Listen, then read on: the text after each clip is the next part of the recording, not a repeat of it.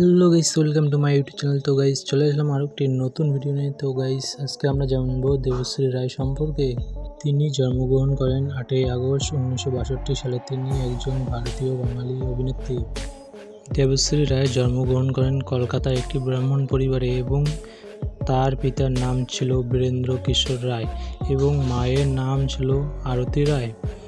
এই হিরণ্ময়ী সিনেমার পাগল ছবিতে চুমকি নামে কাহিনীতে তার আত্মপ্রকাশ ঘটেছিল।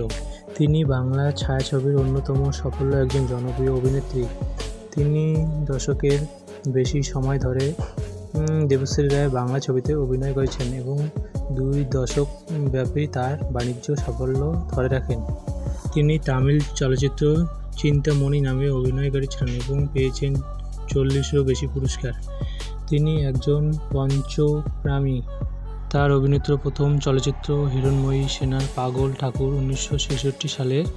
এরপর তরুণ মজুমদারের কুহেলিতে 1971 ছবিতে রানুর চরিত্রে অভিনয় করার পরে তার পরিচিত বিস্তার ঘটে। তো গাইজ আজকের ভিডিও এতটুকু। ভিডিওটাকে ভালো লাগলে লাইক, কমেন্ট, শেয়ার অবশ্যই করবেন আর আমার ইউটিউব চ্যানেলটাকে সাবস্ক্রাইব করবেন।